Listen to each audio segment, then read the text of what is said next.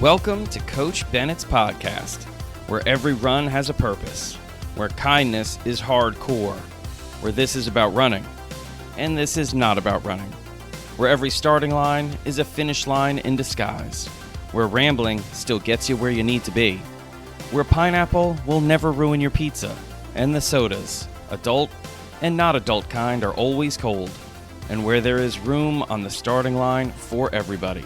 I'm Coach Bennett. Thank you for letting me be a part of your day. Let's get started. Welcome to Coach Bennett's podcast. This is a special one, and not just because it's episode 125, which is half of 250, which is 1/4 of 1,000 episodes. So we're almost there, everybody. We're almost at 1,000. We have a special guest, and it's not just any special guest. It's the only guest I've ever had on the show. And the cacophony, which is a great word, but the cacophony of voices pleading with me to get this guest back on the show, it finally broke me. And here I am. I begged, I pleaded myself for her to join us. The one, the only. You know her as Coach Bennett the Greater. Some of you may know her as Show Up Society. Others may know her as Tammy Bennett. And there's a few people, count them 3, know her as Mom. She's back on the show. Welcome, Coach Tammy.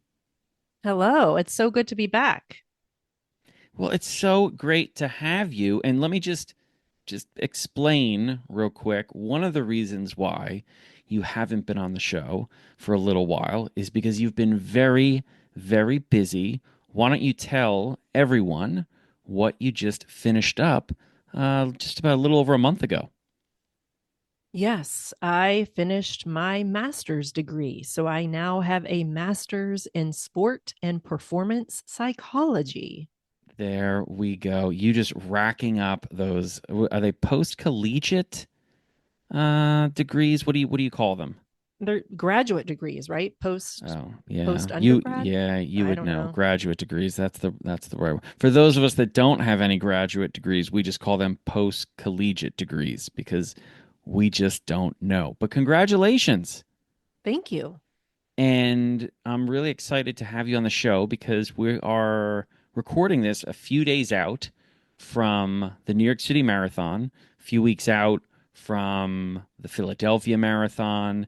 And I know there are so many other marathons and half marathons and 10Ks and 5Ks. And we're about to head out to watch the Big East Championships in Nebraska. So we've got cross country on the menu. There's so much racing going on right now. And I figured, you know what? You know what everybody needs? They need some Tammy time. And they need to talk to you about how they can race their best. And within that, have their best experience, right? Because if you're going to race your best, I think it should be inclusive of having the best experience possible. Exactly. I think you kind of have to have the best experience possible to have the best race possible. I like that. I agree with you. And that's why we're going to dive right in. Are you ready? I'm ready. Okay, so we're a few days out from some really big races. And this is, yes, we've got the New York City Marathon that we're actually both going to be at, but this is not about the New York City Marathon. It can be if you want it to be, but it's really about any race or really any event, any performance you have to put on. And I don't think it's a stretch to say it could really just be a presentation, it could be an exam. It doesn't matter. It's whatever you've put a lot of time and effort in, a lot of passion towards. And now here comes the date that you've had circled on your calendar. I want to know, what is one thing right off the bat? You're a few days out from somebody maybe that you've worked with, an athlete you know, an artist you've worked with, and what are you going to tell them maybe they can do here a few days away now from the starting line? I have 2 things. Do you want to hear both of them? I mean, I'm sure I have more, but 2 immediately came to mind. Yes, I want to hear both of them. This may sound cheesy or corny, but I'm all about the cheese and corn, not together, not to be eaten together. No, you're That's right. really That gross. does not work together at all, oddly enough. No, Although I no. will I say feel like, occasionally cheese flavored popcorn for me, it's not a lot, but it might be a handful, and then I'm good. I'm done with it, but I can stomach it. yeah, no, thank you. But as cheesy and corny as this may sound, I would have somebody write themselves a thank you note before the race. They might want to do another one after, but before the race. And what might go in said thank you note? Um, let's talk about it. They can thank themselves for all the times that they showed up to practice, even if it was cold or hot or windy or lonely or after a hard day at work. They can also thank themselves for taking a day off when they needed to, when their body or their mind needed to. And maybe they're thanking themselves for, doing that scary thing where they met a new running club for the first time and showed up and ran with them, or when they signed up for the race, or the proper nutrition and the sleep, all the things that got them to this point, a couple days out from the starting line, to have that moment where they just write it down to themselves. Thank you. Thank you so much for all those things that you did to get us here. I love that. And I got to tell you, I don't think it's too cheesy or too corny because I often and consistently tell people, especially before a big event or race, to take the time to look back at how far they've come. And to your point, the things they've accomplished, the struggles they've gotten through, the barriers they've broken down, all of these things, because you're usually in a training program, you're looking ahead. You're constantly looking ahead. You're looking towards that big race day. You very rarely look back. I haven't gone the extra step and told people to write down that process, but I love that because I think that's an awesome exercise to not just have to think about all the things you've accomplished, but then you got to write it down, which is another opportunity to kind of almost re-acknowledge what you've just thought about. So I'm going to say right off the bat, I'm a big fan of your cheesy corn. Ooh, I feel like that should be a Midwestern dish. Yeah, Um, it probably is right? a Midwestern dish. Somebody in Yes. Indiana right now is listening to this after their run with just a nice Tupperware bowl of cheesy corn. Yes, and it probably has the word casserole in the title of the dish title. Yes. Oh, it definitely does. It definitely does. And it's blustery, and they've got to go probably rake some leaves, I imagine, next Yes, to a silo. definitely. Okay. What's your But second thing? yeah, exactly. The second thing. And this ties into what you said really beautifully. And this sort of goes hand in hand with the thing that I said, which is this is what I have my athletes do all the time is to go back and look at their running log. Cause I'm sure all Coach Bennett podcast listeners keep running logs. I hope so. Right. But to go back through and look at their running log and look at those workouts that seemed impossible at the time, but they got through them, and to look at those really joyful recovery runs that they did prancing through the leaves, and to just remind themselves that they are physically ready, that they have done work, that they have also mentally ready. They have practiced the mental show upness throughout this training program, this training block, and to just really remind themselves that they are ready and that now's the fun part. The race is the fun part where you get to show off all that hard work. Yeah, I love that. And I'll tell you what, from a confidence point of view, this is huge. So I love the fact that you focused on look back at some of the hardest things that you did, the most difficult things you did. And if you were keeping a running log and you were writing about more than just the running, you're going to see that preceding these workouts, these runs, you probably were really nervous. You probably were lacking some confidence. And you've gone through a series of hardest things you've done time and time again to get to now this next hardest thing you've done. How important do you think it is for athletes to be acknowledging and appreciating those hard things they get through on the way to whatever the date that's circled on the calendar is? Could be a half marathon, marathon, could be a big exam. It's incredibly important, like imperative, like it's a must, it's not an option. um because both you and I have very similar philosophies about it's not the goal isn't just the race or the result or the time, it's about who you're becoming all along the way. So if you're not stopping or pausing to acknowledge who you are becoming, you're the person who showed up and you did that hard run, you're the person that showed up and got over their nerves and did the hard thing anyway.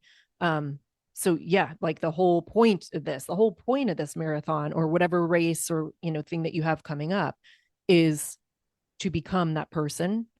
And so what good does it do to become that person if you're not going to look back and acknowledge that you have become that person? Well, let me ask this. Why that's seemingly on the surface, this seems like this should not be a hard thing to do. It should not be hard to acknowledge when you have breakthroughs or when you've busted through barriers, when you've progressed. It shouldn't be, or it seemingly shouldn't be hard for people to acknowledge they've gotten better, they're doing awesome things, that they're badasses. Why is it so hard, even though people consistently can get through an 18-week program and what was once a 5K, how am I going to do this, turns into I just did a 15K, which turns into a 2 hour training run, which turns into consistent training. And why is it so hard for people to just acknowledge what they've done is great? Because we live in a culture where we're always looking at what's next, what's bigger, what's better, what's faster, what's harder, what's more. And aren't taught to pause the F out and look around at how far you have come. We just aren't really taught that. And I think that's one of the reasons why we need coaches, is to remind us, like, hey, look at where you came, like where you started, and look how far you've come. And that's a really beautiful thing. So I think the biggest fault is just in the culture that we live in, that's always be doing more, bigger, badder. Well, this is a what you just said is a perfect segue for what I was going to ask you next because Well, you're I've heard. Well, I'm sorry. What? I just wanted to do a caveat to this, looking back at the running log. Can I do Okay, that? you're the guest. You're kind of in charge. So I just want to talk about that other really quick thing that sometimes people can do. They look back at their running log, everything's gone great, smooth sailing, the training's going well, but they can sometimes make that be a pressure point where they're like, oh, now I really better race well. I really better get that PR, that time that I've been going for, because I have no air quote excuse. Everything's been going well. And that's not the point of this exercise. We are not looking for ways to add pressure to ourselves. We're looking for ways to boost our confidence and remind ourselves that we're ready and to put things into context. So I just wanted to put that little caveat out there, that if you're the type of person that's going to put pressure on yourself when you look at the good lead up to this race, don't do that. Yeah, I love that. And I think your letter should help with that a little bit too, because I think it's important to celebrate, as you put it, this person you've become, which is not reliant on race day. You are that person on the starting line. And I think it's also great coaching to acknowledge that there is nothing guaranteed on race day. No matter how great your training was or how poor your training was, there simply are just no guarantees on the other side of the starting line, which is one of the reasons why we do it, because you just don't know. And cue in stage left the butterflies, which I think is one of the greatest parts of racing. You just don't know. Now, the segue, before you segued away from my segue, was I always hear you tell people during the lead up to the event that when they get there, to make sure they're taking the time to look around and enjoy it. And it kind of goes back to your letter almost, where you make a point to pause in the days leading up to the event to look back a little bit, but you also make the point to pause and look around a little bit during the event. I just want to talk about that. Why do you think that's so essential for an athlete and their experience to make sure that they are taking the time to look around and, as you put it, just enjoy it? Yeah, because I mean, it goes back to that thing where this isn't just about the time that's on the clock when you cross the finish line. It isn't just about this race. Yeah, the race is a big part of this experience and this weekend and this goal, but so is being in a crowd of X number of thousand people or 100 people, right? And all going, being on the starting line together and all going after the same goal. It's about looking around the town or city, wherever you're running through, and to look at the buildings and the architecture and the stores and the people coming out on the sidelines. It's about so much more than you just getting from one point to the other in a certain number of minutes. And I think it just helps put it into perspective. Like this is about so much more than the actual race. And I think I would be remiss if I were to talk about the subject and not bring up Sarah Hughes. Okay, are you going to cry here? I just want to know. Are Maybe. you okay? So just so everyone knows, there's usually a good chance that at some point Coach Tammy's going to talk about a sporting event from the past and she's going to start crying. So this is totally normal if you start hearing full on sobbing halfway through the story. I'm just setting the stage. I'm not saying you're going to cry, but there is always the possibility. So true. Okay. And yes, I believe in crying, and I really believe in crying at beautiful moments. And Yes. so Sarah Hughes, I don't remember the year of the Winter Olympics, but she was a U.S. Figure skater, was a U.S. figure skater at the Winter Olympics. And this is where I'm going to start crying. She had the most amazing skate of her life, like incredible. Like I still watch it Yes. sometimes. Incredible, I, flawless. I watched it live with you. I remember it Yes, was one of the great sporting moments I'd ever seen. yes. And she wasn't expected to. I don't even think she was expected to podium, but this perfect skate, it was basically a perfect skate, got her onto she won the gold medal at the Olympics.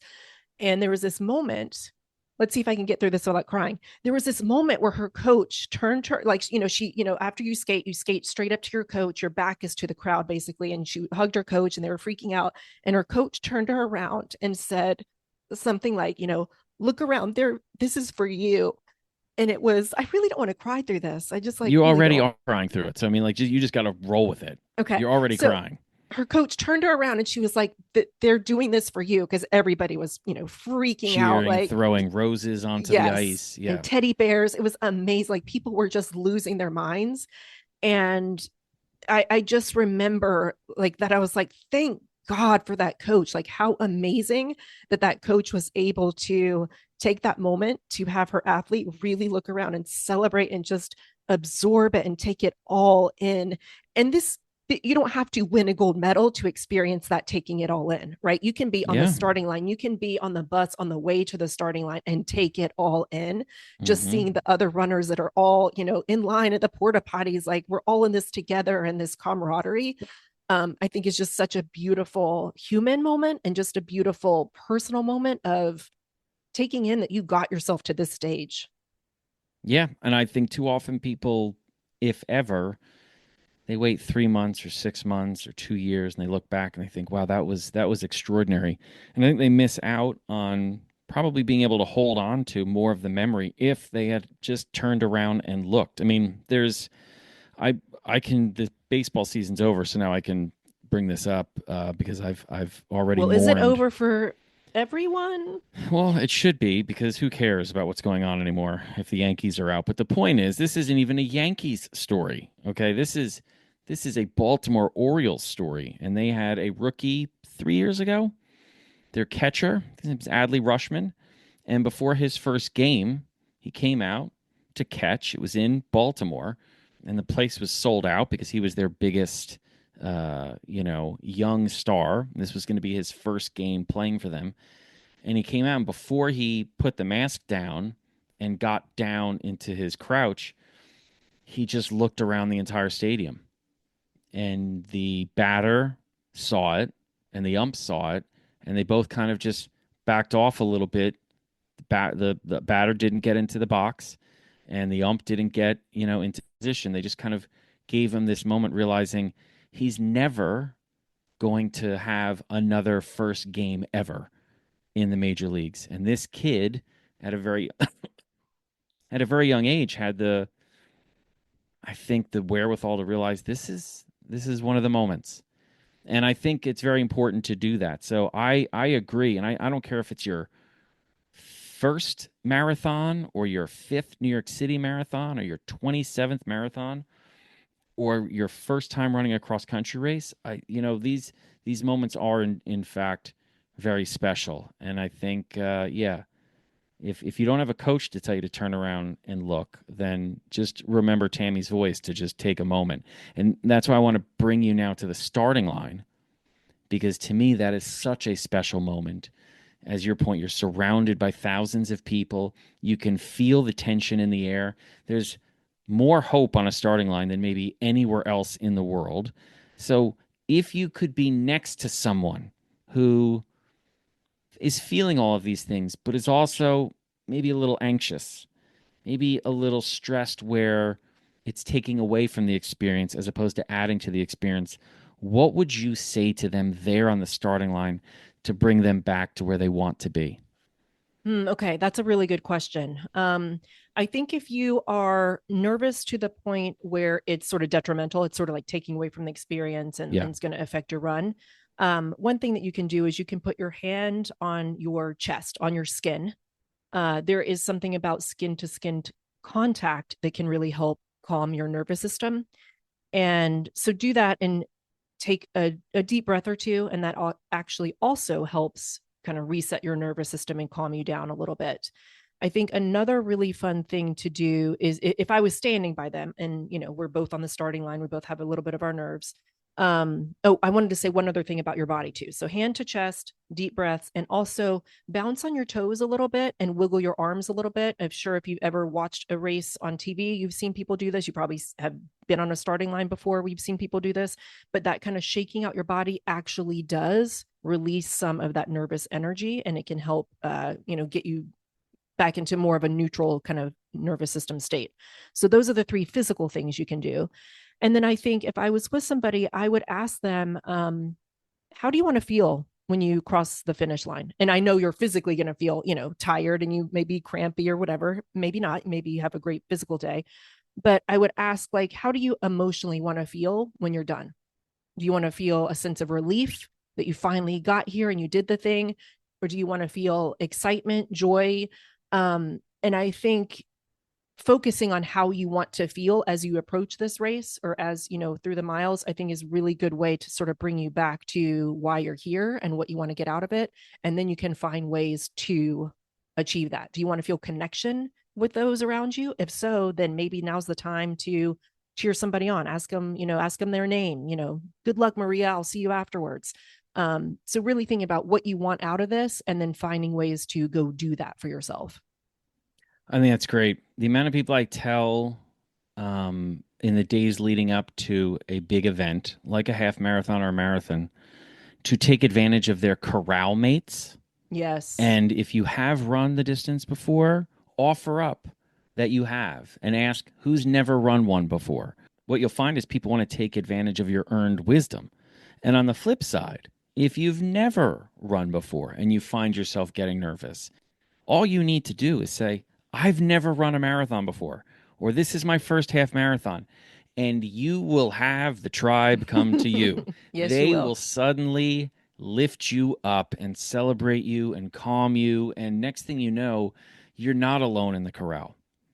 And it's not just you that you're doing this for, because I'm telling you, there are other people that are going through very similar situations, and they will be able to take advantage of what happens next as well. So if you've run before, if you've never run before, share it with your corral, and suddenly your corral is going to get a whole lot closer in a really, really good way.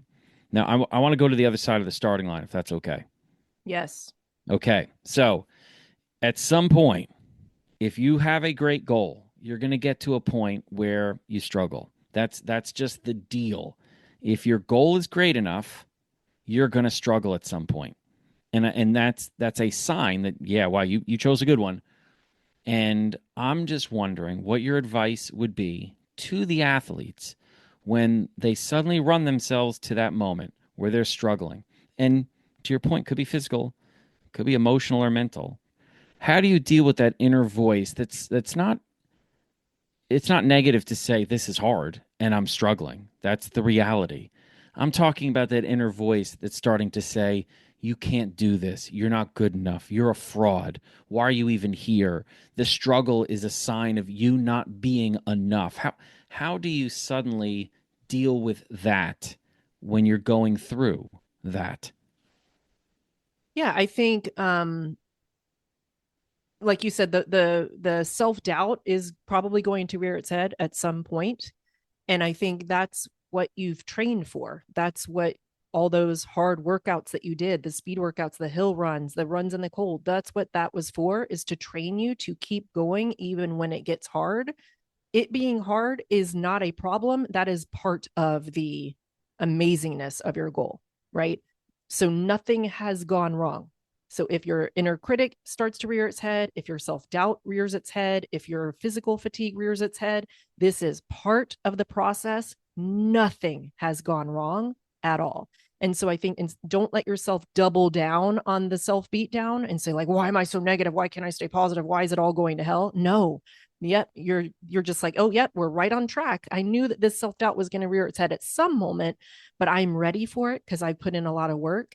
And then I think then it turns into a question of, let's see what I can do. I love asking that question.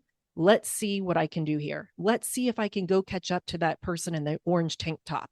Let's see how many people I can talk to around me. Let's see if I can just keep focusing on my breath until I get to three street corners from now. Give yourself something tangible to focus on and say, and that question, let's see what I can do for the next mile. And just to, bring yourself out of your head and into what you can actually do. I love how simple you made something that can be a very difficult thing to talk about with an athlete, which is dealing with that extreme negativity where I just love the fact that you said don't double down on it, which is such a simple way of describing what actually happens sometimes. That people hear the voice and then they jump in as well on the parade and they start beating themselves up when they shouldn't be doing that. And then I love the progressive side of let's see, because it's not saying this is going to work, which I think from a coaching point of view, you don't ever want to guarantee somebody this is going to work.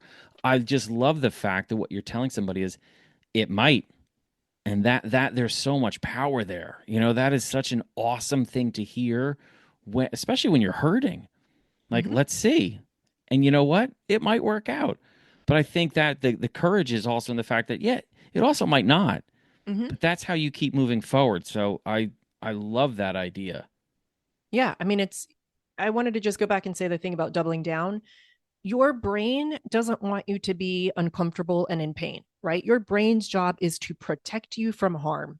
And if you're at mile 23, let's say, of a marathon, you're probably going to be feeling some kind of physical discomfort, right? And that's when your brain's like, uh-oh, partner, we got to protect you and keep you safe. I'm not sure about this. Our lungs and maybe our legs are starting to feel a little bit tired here. What's going on? So your brain's job basically is to try to shut you down. Okay. So nothing has gone wrong. Your brain is working perfectly. Your brain is doing exactly its job. So we can say, thank you, overprotective parent, but I'm good. I've got this. I'm going to focus on the next 3 blocks. I'm going to focus on, let's see what I can do. And so you can almost kind of turn it around on yourself and just say, thank you for trying to protect me, but I'm good. Back off. We got this. I love that. I actually love that.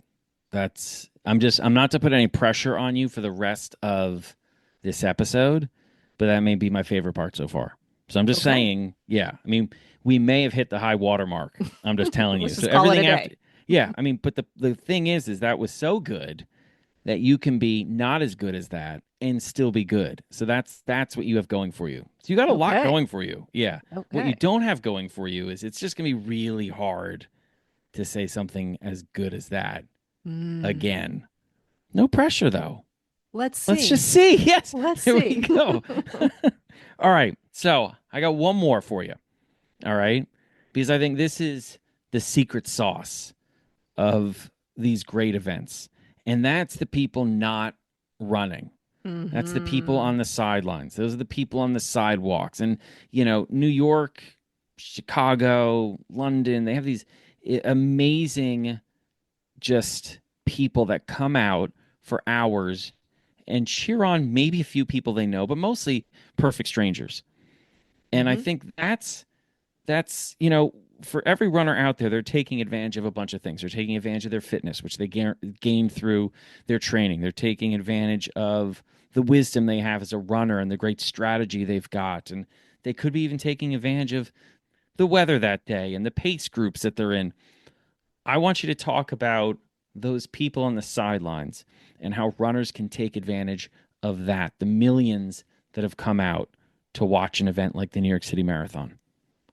Yeah, I think we can use them as mirrors almost. They are reflecting what us runners are putting out, right? Like, so if you kind of look at the audience, the crowd, as a mirror, their joy, their excitement, their support, their thrill, they're being inspired by you.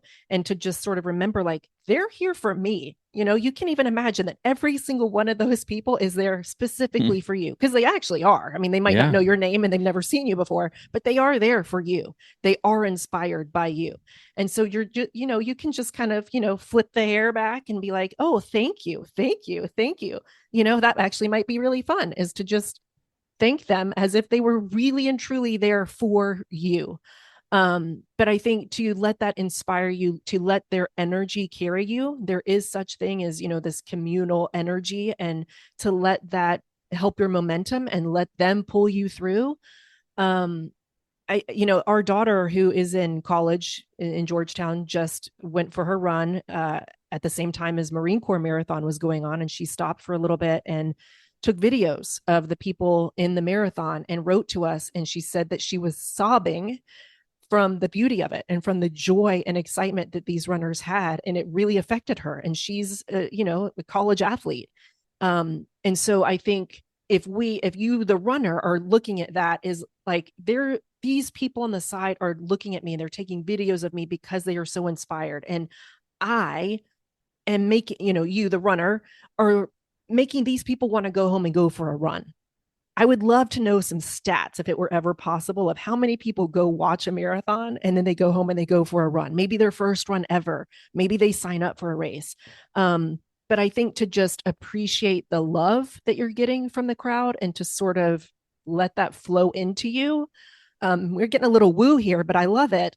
We're To always really, woo. yeah, to use that energy and the love and the current of it, and to let that propel you, because it really is a beautiful thing. This, I think it's mutual symbiosis, maybe, where you're helping the people on the side, right? You're inspiring them, you're giving them an example of what they could do, and what, they look up to you, and they're feeding you back energy also, with their love and admiration and respect. So it's this beautiful thing where you and the crowd are giving things to each other, and it's so fun. Yeah, I think every runner, if it's in the way that they want, they should take advantage of the crowd. And I usually tell people, when you're struggling, go give out some high fives, Yeah. because it feels good and you get something back. And which, to your point, I don't think runners realize that what they're getting from that high five may pale in comparison to what the person on the street got from their high five. Because if you are someone who has spent a lot of time on the sidelines, like I have, um, it's amazing to see the reaction of the people on the sidelines when someone comes over in the race that they don't know Mm-hmm. and gives them a high five or says, "Thank you for being here." And you realize, yes, you may be 40K into a 42.2K race and you're struggling, and that high five really helped. But there's a really good chance that person, it really helped them too in the rest of their day. And yes, it may lead them to cross the starting line for the first time ever or in a long time for a run, but it may just be a starting line that leads to them downloading Duolingo or trying to go back to school, or you Yeah. just there's so much of that that happens, and that kind of energy there. So I mean, I just want everyone to know there's a good chance that one of the people that may give them a high five at the New York City Marathon is actually you. So if they get a special jolt of energy from somebody out there giving them a high five, there's a chance it's your high five, right? Yeah. You're a big high five. Are you a high five, or are you just going to point at people and yell? And do you yell names? Like if they have on the bib a name, are you going to? Are you that type of a fan? I am. I always go for the name if it's available. Cowbell or no cowbell? Be a little bit here and there. Okay, but I you're know that not probably loses me some cool points, but to not do the cowbell. I'm not a correct. cowbell person either. I Yeah. just, I I'll just, I'll ring it a couple times and then I'll give it to a kid. that's very nice of you. So somewhere there's a happy kid and an unhappy parent. Exactly. Somewhere in New York City as the kid relentlessly rings the cowbell. All right, I got to ask you a couple of questions here, Coach, because I imagine people are now wondering, all right, well, how do they get more Coach Tammy? Where do they find you? How do they work with you? Where are you? How can people just have Mo Tammy? Talk to us. Okay. Well, first, I'm going to explain what my master's actually means a little bit because sometimes I say, like at the beginning, we talked about what I got my master's in, and people Yeah. just look at me with like the blankest stare. And I'm like, okay, so short story, what that means is that I help people achieve their goals with more joy and less burnout. A little bit longer version is that I help people get really clear on what they really want to be doing. And so then they can focus on doing the things that move the needle towards that goal rather than doing a lot of busy work or, a lot of things that don't matter, so that they don't get overwhelmed by all of the extra noise. And I also help people learn how to be a lot kinder to themselves so they can overcome things that have ruled their life, like a harsh inner critic or people pleasing or perfectionism. So I help them get really clear on what they want to do. I help them make a plan to get it, to make it happen, a really doable plan step by step. And then I help them get out of their own way so they can actually show up and take all of those actions. So that's what I do. So if you are listening to this and you want some of that, if you want help getting out of your own way, then the best place to find me is at showupsociety.com. I am also Show Up Society on Instagram, and I like to play around there a little bit, although a little less so nowadays. But my website, Show Up Society, is a great place to start. You can also find my podcast there, which is also called Show Up Society. I like to be consistent, but that's where you can find me. And yeah, I love meeting new people. So come say hi. And obviously, this is predominantly about running, but this is also not about running. So when you talk about working with people, you're not just working with people uh, in terms of sports goals, running goals, things like that. Why don't you talk a little bit about who you work with and how you work with them? I've been coaching athletes for over 18 years, but also a large part of those 18 years, I've also worked with a lot of creatives because I also I had art business and stationery business. So I work with a lot of creatives. I work with a lot of business owners. Right now, I happen to work with a lot of bakers and writers. So, but you don't have to be creative to work with me. You don't have to be an athlete to work with me. You just have to have a human with a human brain that gets in your own way sometimes. And right now, I am solely working with people one on one. In 2026, I will be offering group coaching programs again, but right now it's one on one. It's me and the person every week or two, making those goals happen together and with lots of joy and lots of celebration. I love it. Well, in the show notes today, there'll be links to all of the different ways that you can get more Tammy and get in touch with her. There'll even be a link to the Sarah Hughes if I think I'll be able to find the Sarah Hughes performance, which will be great. And more people will be crying later today watching it. And I just want to say thank you for being on here once again. You are the guest. And not just the best guest, you are the guest. So, and any guests that eventually follow, I mean, it's going to be a tough road to get down because you are the one that paved it, and you're the best at what you do, which is why you're Coach Bennett the Greater. So, thank you from all the listeners for once again gracing the show. This is episode 125. It's a special one. That is kind of a special landmark episode. I appreciate you having me on here. It is. And I don't have a name for the episode yet. So maybe after this call, you can come up with a couple of names just to kind of seal the deal here, since this can, be completely your episode. You name it. You're the guest. You gave all the wisdom and knowledge. And we're just really, really happy that you're on here. So thank you again, Coach.